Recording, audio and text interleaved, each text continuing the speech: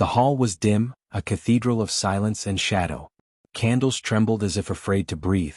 At the center stood the teacher, cloaked not in authority but in something colder, conviction. His voice cut through the stillness, measured and merciless. "Every empire begins with a smile," he said. "And every downfall begins with fairness." The students watched him, motionless, unsure if this was philosophy or confession. He paced slowly, his hands gliding over the ancient desk like a priest over an altar. Behind him, the wall bore a single phrase carved into stone: "Mercy is the mask of the weak." He turned to them. "They told you to play fair, to forgive, to be kind. But fairness, my students, is the invention of the powerless, a rulebook written by the fearful so that lions might feel guilt for being lions." No one spoke. The candlelight fractured across his face, revealing eyes that had seen too much truth to remain innocent. "Do you know why the fair lose?" he continued. "Because fairness assumes equality. And equality does not exist. The world is a hierarchy of appetite. The ruthless devour, the kind are devoured. And still the kind call it justice." A trembling voice rose from the back. A young man, the same one who had been silent in every lecture before. "But isn't ruthlessness evil?" he asked. The teacher smiled, slow, deliberate, venom wrapped in warmth. "Evil," he whispered. "Evil is a word the weak invented to shame the strong. They called it sin so they could sleep at night." He walked closer, his shadow swallowing the light between them. "When you play fair, you surrender control. You begin to live by someone else's morality, and that, my dear student, is how men become slaves without chains." He reached into his coat and drew out a small mirror, setting it on the desk. The reflection trembled under the flicker of the candles. "Look," he said. "Fairness is a mirror that only flatters fools. It tells you that the world owes you balance. But the truth?" He leaned forward. "The world owes you nothing. Every act of kindness without strategy is suicide dressed as virtue." The room felt colder. The air itself seemed to pull inward, listening. He turned back to the class. "The strong play fair only when it benefits them. The weak play fair because they have nothing else. So ask yourself, do you wish to be remembered as a saint or a strategist?" The young man lowered his gaze. His lips trembled, but no words came. The teacher placed a hand on his shoulder, not gentle but heavy with meaning. "Do not mistake cruelty for power," he said softly. "True ruthlessness is precision. It is knowing exactly when to strike, and when to smile." He stepped back into the shadows, his voice fading into a whisper that sounded almost like a curse. "Remember this: fairness blinds, power sees. And those who see, rule." The candles flickered once, as if exhaling the last breath of innocence. Somewhere beyond the hall, a distant bell tolled, slow, mournful, inevitable. The student felt the weight of the first lesson settling into his bones. He did not yet know that tonight's truth was only the first mask to fall. What waited next would not be about fairness but about betrayal. The bell's echo still haunted the corridors long after the candles had died. The student walked alone, replaying the teacher's words: "Fairness blinds, power sees." Each step sounded heavier, as if the ground itself resented his hesitation. When he entered the hall again, the air felt thicker, darker, as though the walls had learned to listen. The teacher stood before a vast mural, painted in shades of rust and blood. It depicted a man with a crown in one hand and a dagger in the other. The teacher did not turn when he spoke. "You felt guilt after the first lesson, didn't you?" The student said nothing. His silence confessed for him. "Good," the teacher whispered. "That guilt is the soil where your shadow begins to grow." He finally turned, and his eyes gleamed with something ancient. "You see, civilization was not born from peace. It was born from betrayal, the first intelligent act of man. Every city, every law, every god was built on the grave of someone who trusted too much." He paced slowly, his footsteps deliberate, almost ceremonial.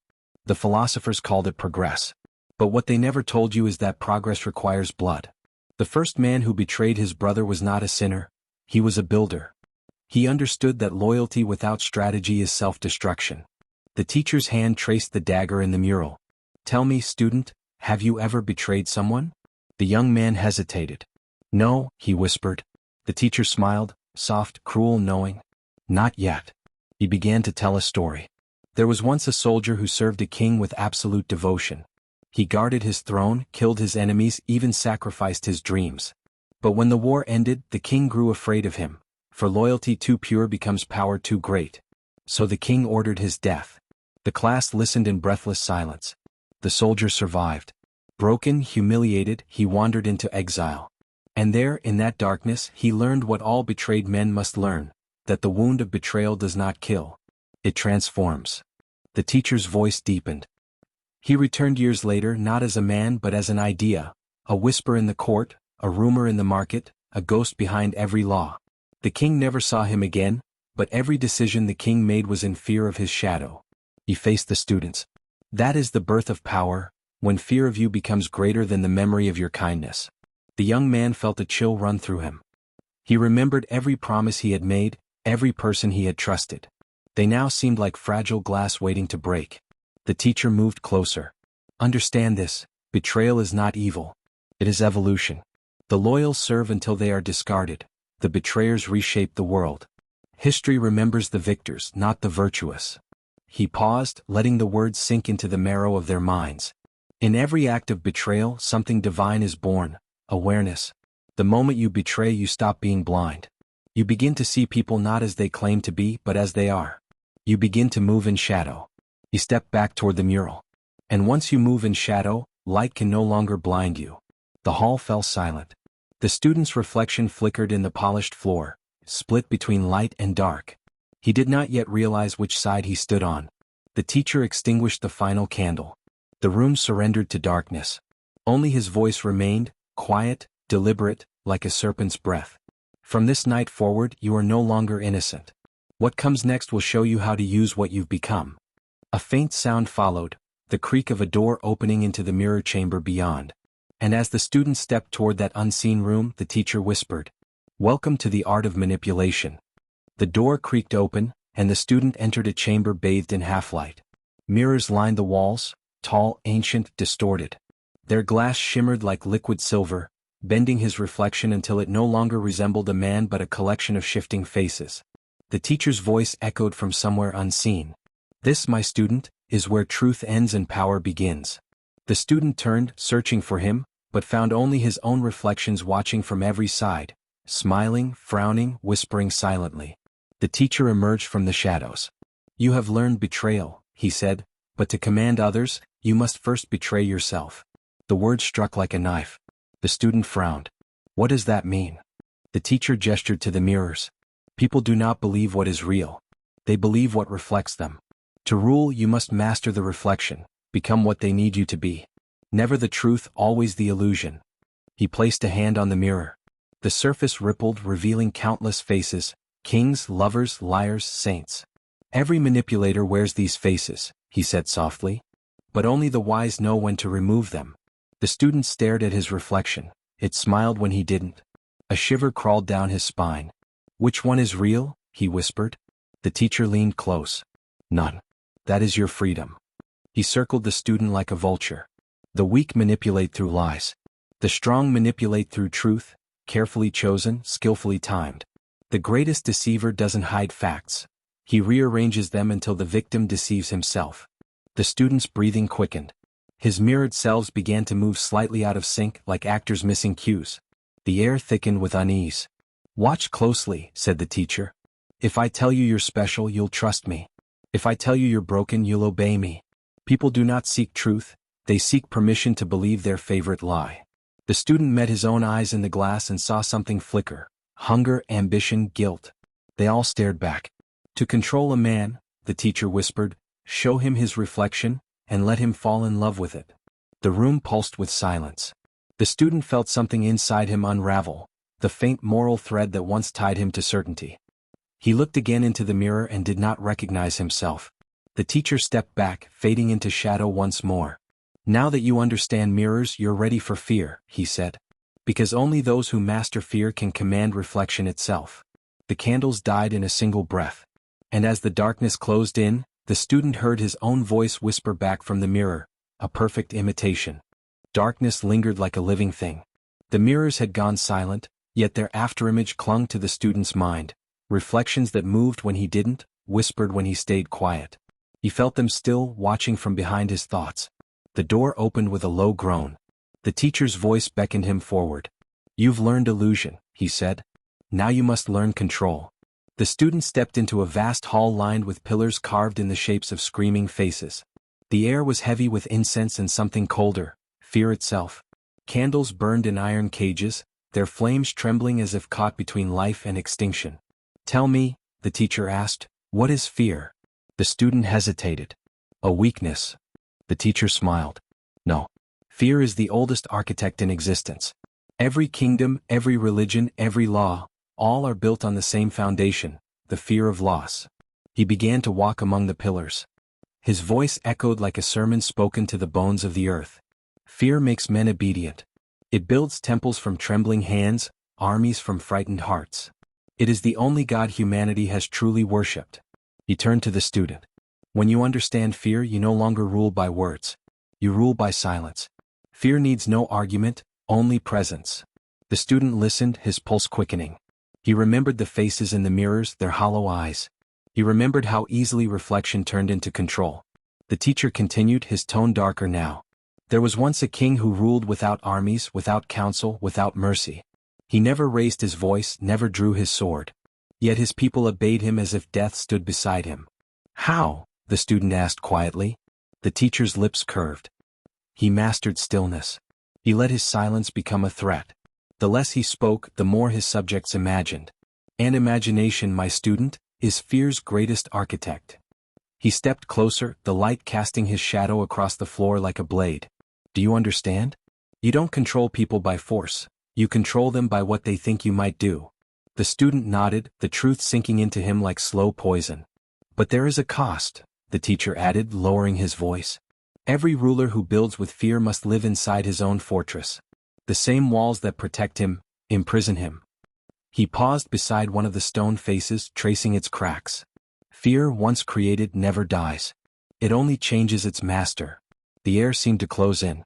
The student felt something watching from the corners of the room, the echoes of old kings, old tyrants, still trapped in the architecture they built.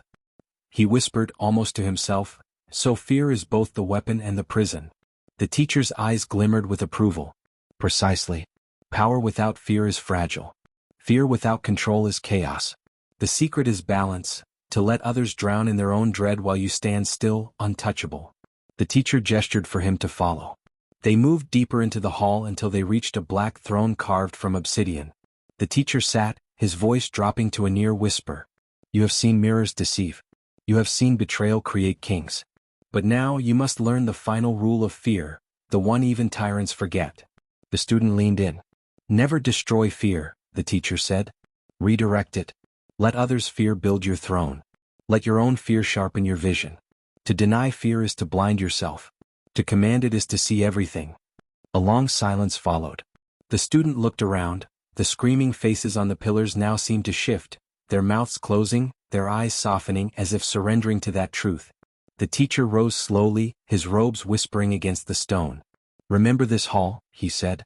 "It was built by men who were terrified of losing control. You will build yours someday. Just ensure the walls do not close in on you." He began to walk away, his footsteps echoing into the dark. The student called after him, "And what if they do?" The teacher paused. "Then you will learn the next lesson, the one born not from power, but from desire." The torches dimmed to embers. The pillars seemed to breathe. And as the teacher's shadow disappeared, the student stood alone in the echoing hall, his heartbeat now the only sound left in the architecture of fear. The hall of fear dissolved behind him like smoke, but its silence followed the student wherever he went.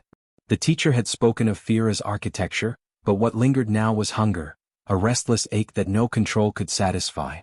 It crept beneath his composure, whispering questions the mind should never answer. When he entered the next chamber, he found it bathed in a softer light, crimson, almost tender. The scent of burning roses hung heavy in the air. The teacher stood beside a marble statue of a woman, her face serene, her eyes carved shut. "You have learned to rule through fear," the teacher said. "But fear alone cannot hold men forever. There is a sweeter chain, desire." The student frowned. "Desire makes men weak." The teacher smiled faintly. "Only when they chase it. The wise do not chase desire, they become it." He circled the statue, his fingers brushing its cold surface. "Once there was a queen," he began, "who ruled not by decree but by longing. Her beauty was not her weapon, her absence was. Men died for a glimpse of her, not because she promised love, but because she withheld it. He looked at the student. Do you see? Desire is power through denial. To own something completely, you must first make others believe they can never have it. The student listened, uneasy. He remembered the faces of those he once cared for, and how their affection had felt like weakness now. And if the one who wields desire begins to feel it himself? He asked. The teacher's eyes darkened. Then he has already begun to lose. He stepped closer, lowering his voice. Desire is the most elegant form of self-destruction. It begins as curiosity, then grows into devotion and ends as dependence. Even the strong bend before what they crave. The student's reflection in the marble shimmered faintly. He felt something stir inside him, the shadow of his own wanting. It wasn't for love or victory or even peace. It was for understanding. Tell me, the teacher asked softly, what do you desire most? The student hesitated. To be free. The teacher smiled, but it was a sad, knowing smile. Freedom is the cruelest desire of all. Those who chase it always find themselves in new cages. Sometimes gilded, sometimes invisible, but always cages. He paused, his tone now grave. Desire builds empires, yes, but it also builds the noose around their throats. The queen who once ruled through absence died longing for the same love she had weaponized. The student lowered his gaze. Then what is the price of desire? The teacher looked toward the burning roses. Their petals curled inward, devoured by their own flame. The price, he said, is that it always consumes the one who thinks he controls it. The fire dimmed to embers, filling the air with the scent of ash and longing. The teacher turned away. You've learned power through fear and ruin through desire. Now you must learn the punishment that follows both. The door ahead creaked open, cold light spilling through. The student took one hesitant step forward, feeling the weight of every lesson pressing against his chest. Welcome, the teacher whispered, to the anatomy of guilt. The door closed behind him with the sound of judgment. The warmth of the rose chamber was gone, replaced by cold stone, wet and echoing. The student felt it before he saw it, the weight of something unseen pressing on his chest, heavy as confession. In the center of the room stood a single chair. Chains hung from the ceiling like forgotten prayers. The teacher was already there, seated in shadow, his voice stripped of grandeur. Desire burns the flesh, he said quietly, but guilt devours the soul. The student approached, unsure whether this was another lesson or a trial. Every man who manipulates, the teacher continued, eventually meets the face of the one he wronged. It might come in dreams, in silence, or in the trembling of his own hands. That is guilt, the mind turning its brilliance against itself. He rose, his eyes sharp as glass. Guilt is not punishment from God. It is punishment from memory. The teacher gestured to the chair. Sit. The student obeyed. The metal was cold against his back. Suddenly the chains trembled, though no wind stirred. The walls began to whisper, fragments of voices he recognized. His mother's disappointment. A friend's betrayed trust. The echo of his own lies. He gritted his teeth. What is this? Your reflection, said the teacher. You thought mirrors showed the face, they show the mask. But guilt shows the soul beneath it. It is the proof that you once cared. The student's breathing quickened. Then why does it hurt so much? Because pain, the teacher replied, is the price of awareness. The ruthless who cannot feel guilt become monsters. Those who drown in it become martyrs. Both die the same, but one dies useful. He stepped closer, his voice like thunder disguised as calm. Learn to look at your guilt, not to escape it. Strip it, study it, dissect it. You will find that it is not moral, it is mechanical. Guilt is control turned inward. The student's fists clenched. And if I destroy it? The teacher's eyes burned in the dark. Then you destroy the last part of you that still remembers why you wanted power in the first place. Silence followed, not peace but exhaustion. The whispers faded. The chains fell still. The teacher turned toward the door. You've seen fear, desire, and guilt, he said. Now it's time to see how all three wear their disguises. The door opened, spilling light across the floor like a blade. The game of masks awaits, the teacher murmured. Let us see which one you'll wear. The light from the doorway cut through the darkness like judgment. The student stepped forward, leaving the chamber of guilt behind, though its echoes followed him, whispering like unseen ghosts. What lay ahead was different. Brighter, yes, but not cleaner. The air here smelled of wax, smoke, and deceit. It was a hall of mirrors again, but this time they did not reflect his face. Each mirror showed a version of him becoming someone else, A king, a beggar, a lover, a liar. They smiled, wept, and conspired all at once. The teacher stood in the center, masked in gold. His voice carried through the room like a sermon delivered at a masquerade. You have learned guilt, he said. Now learn its twin, disguise. The world, my student, does not reward honesty. It worships performance. He raised his hands and the mirrors shifted, showing people, rulers, saints, merchants, all wearing faces that were not their own. Every civilization survives through masks. Politics, love, religion, all are theaters built on lies so beautiful we mistake them for truth. The student approached one mirror and touched it. His reflection smiled back, but not kindly. And if I refuse to play? He asked. The teacher turned, his golden mask gleaming. Then you will become the audience, and the audience never wins. He began to walk slowly around him, his words measured like blades. The art of manipulation ends here, in performance. To survive, you must wear the mask others trust, even when you despise it. The cruelest truth is that people do not want honesty, they want comfort. Give them the illusion of truth, and they will crown you for lying beautifully. The student's voice trembled. And what happens to the real face? The teacher paused. It fades. Every mask you wear leaves a mark. Eventually you forget which one was truly yours. That is the price of mastery. He placed a mask of black porcelain in the student's hands. Wear it. The student hesitated. What if it doesn't come off? The teacher smiled beneath his own. Then you have finally become who you were pretending to be. He lifted a mirror between them. For a moment, the student saw both their reflections, his own pale and uncertain, the teacher's hidden and golden. Then, slowly, his reflection began to change. The hesitation in his eyes hardened into intent. The mask molded to his face as though it had been waiting for him all along. The teacher's tone softened, almost proud. Now you understand why guilt must come before this lesson. Without it, you become a monster. With it, you become something rarer, a master of perception. The mirrors dimmed, one by one, until only the student's masked face remained. The room seemed to bow to him in silence. Every ruler, every lover, every manipulator plays this game, said the teacher. But only those who remember that they are wearing a mask ever stay sane. He turned toward a hidden staircase at the back of the hall. Come, he said. You've worn power's disguise. Now it's time to see what lies beneath it. The student followed, his reflection lingering behind like a ghost wearing his skin. The teacher's final words drifted through the hall, echoing like prophecy. The last lesson is not about power, it's about truth, the ruthless kind. The staircase spiraled downward, though it felt like falling upward, into something far above human morality. The student's mask clung to his face, whispering against his skin as though alive. The teacher walked ahead, his golden mask reflecting dim torches along the descent. No words were exchanged. Silence itself had turned sacred. When they reached the final chamber, the student realized there were no mirrors here. No audience. No illusions. Only stone walls carved with sentences, etched in blood and soot. The air tasted metallic, thick with something ancient. The teacher spoke, voice heavy with an almost divine weariness. You've seen manipulation. You've worn deception. You've touched guilt and power. But you still believe there's a line, a final truth that stands beyond corruption. That's your last illusion. He gestured to the walls. Each mark here was written by those who thought they'd found truth. Kings, prophets, scholars, all believed their wisdom pure. But every truth, once spoken, becomes a weapon. The moment it's shared, it begins to rot. The student's heartbeat echoed through the hollow chamber. Then what is truth? The teacher turned, eyes hidden behind his mask. Truth is not light. It's a blade. And only the ruthless can hold it without bleeding. He stepped closer, his shadow merging with the student's.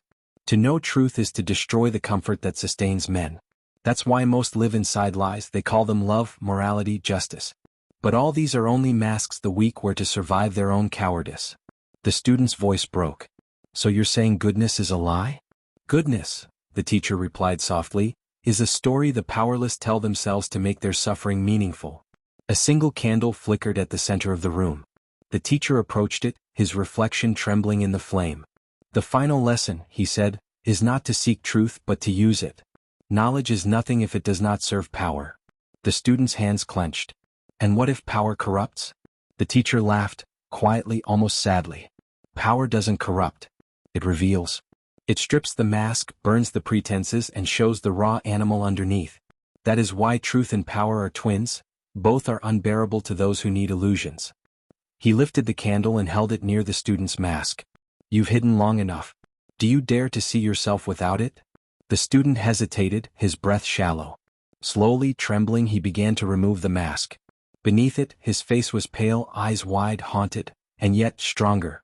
He felt the cold air hit his skin like the first honest touch he'd ever known. The teacher's tone softened, almost like a confession. The ruthless are not monsters, my student. They are simply awake. They stopped expecting the world to be fair. They stopped apologizing for their hunger. They looked in the mirror and accepted what they saw, not as evil but as real. The student's voice was barely a whisper. And what happens after that? You either ascend, the teacher said, or you shatter. He placed the candle in the student's hand. The wax burned, but he didn't flinch. The flame wavered, not in fear but in understanding. There is one more truth, said the teacher, stepping back into the dark. Every lesson I've given you was a lie, told to lead you here. Because no one can teach truth. It can only be endured. The walls began to tremble. The inscriptions bled faintly, letters dissolving into smoke. The chamber seemed to breathe. The teacher's golden mask glimmered one last time before fading into the shadows. This is where I leave you. Either you remain my student, or you become what I could never be. The student stood alone. The candlelight flickered, casting his face in fragments, part light, part abyss. He saw himself reflected faintly on the blade carved into the stone floor. It bore one final inscription. Those who see truth must live without mercy. He understood then, ruthlessness wasn't cruelty. It was survival without delusion. To be ruthless was to love without expecting purity, to rule without begging for justice, to act without needing forgiveness. He looked toward the staircase now gone. There was no way back. Only forward, into the unknown realm of truth itself. The flame in his hand steadied. His expression hardened, calm, awake, and frighteningly still. And as the last echo of his teacher's voice vanished, he whispered to himself, I understand now. To stop playing fair is not to become evil, it is to finally become real.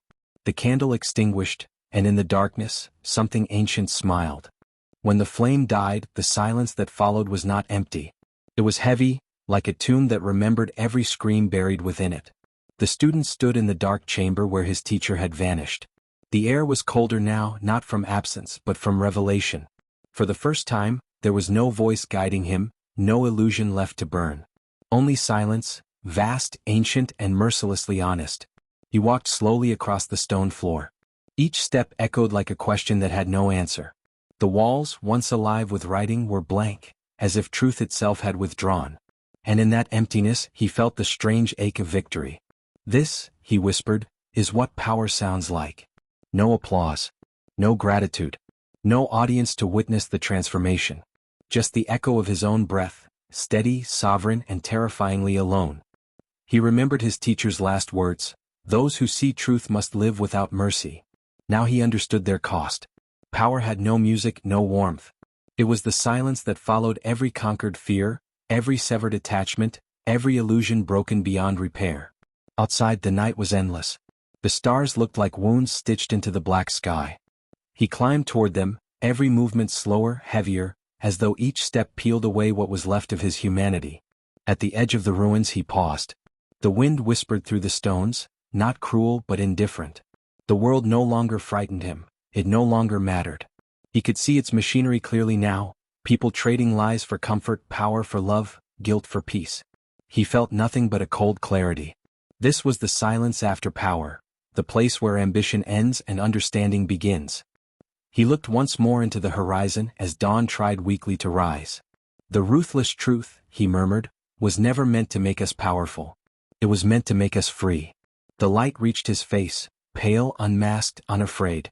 And in that fragile dawn he smiled, not with triumph but with acceptance. The game was over. Only silence remained.